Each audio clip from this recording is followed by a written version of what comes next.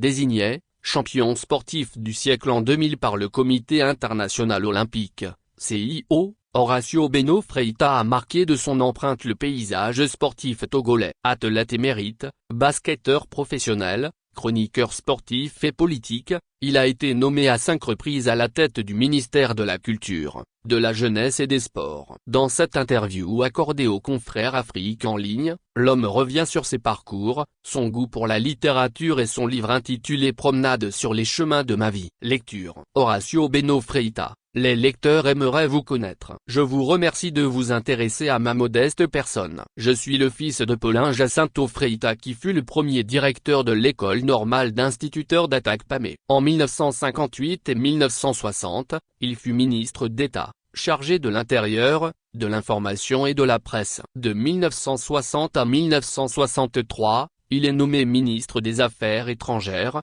de la Première République togolaise. Ma mère Cécile Kayimansa Asiakole fut l'une des premières nanabes du Togo. Brossez-nous brièvement votre cursus professionnel. Après avoir fréquenté le lycée Bonne-Carrère et le lycée de Tocoin, je suis parti en France en 1966 pour suivre mes études supérieures. Pendant plus de 20 ans, j'ai fini comme cadre supérieur de l'éducation nationale française, en tant que conseiller principal d'éducation. Le 4 octobre 2023, j'ai eu l'honneur d'avoir été élevé au grade de chevalier des Palmes académiques françaises par décret officiel. L'insigne et la médaille m'ont été remis par son Excellence Augustin Favereau, ambassadeur de France au Togo à sa résidence. Vous avez eu la confiance du général Eyadema, qui vous a attribué à 5 reprises les portefeuilles du ministère de la Culture, de la Jeunesse et des Sports. Quels critères ont milité à chaque fois en votre faveur? Après la conférence nationale, le Premier ministre Joseph Kofigo m'a proposé les portefeuilles de la Culture,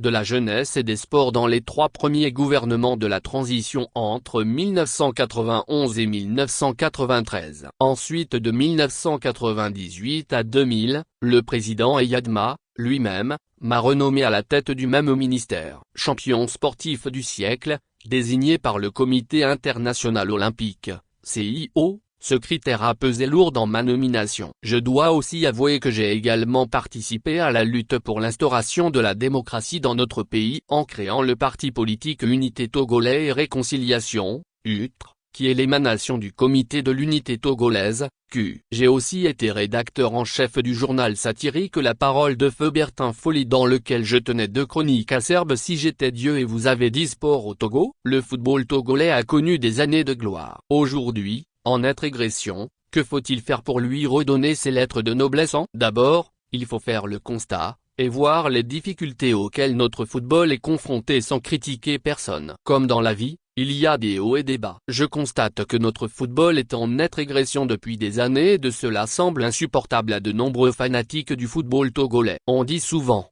on ne change pas une équipe qui gagne, alors si nous devons respecter cet adage, dans l'autre sens on doit changer une équipe qui ne gagne plus.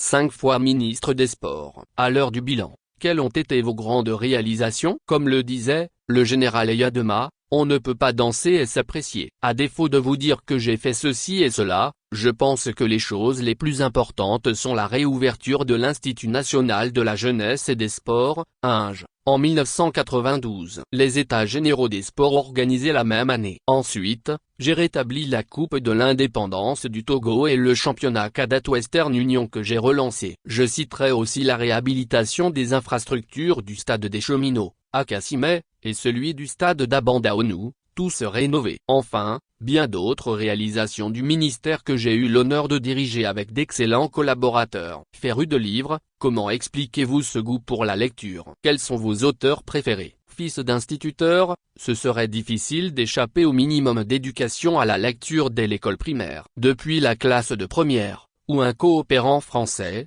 professeur de lettres au lycée Bonne-Carrère m'a fait aimer les romantiques, j'ai pratiquement lu tout Victor Hugo, tout Lamartine, tout Baudelaire, tout Alfred de Vigny. Mais en dehors de ces classiques, j'ai passé mon enfance à lire la série des Tintins, les livres de Michel Strogoff, la série des petites bandes dessinées, comme Hakim, les aventures de Robinson Crusoe, Gulliver à Lilliput, la vie des Indiens, du Far West, Zorro ou Tarzan. Enfin, Je n'oublierai pas les auteurs du monde noir qui m'ont autant fasciné. Toutefois, je vais vous surprendre, je viens d'achever mon livre intitulé Promenade sur les chemins de ma vie dont la dédicace a eu lieu le 6 novembre 2023 à l'Institut français. C'est mon parcours de vie. Un message à la jeunesse, les sportifs en particulier. La jeunesse dit-on est l'espoir de demain. C'est tout naturellement que je demande à notre jeunesse de s'accrocher aux études, d'être optimiste en des lendemains meilleurs. Aux sportifs de ne pas avoir la grosse tête, même s'ils sont doués, d'être fair-play, de respecter la hiérarchie. Notre pays est un paradis sur terre, à nous d'en faire un vrai paradis par notre comportement et notre choix.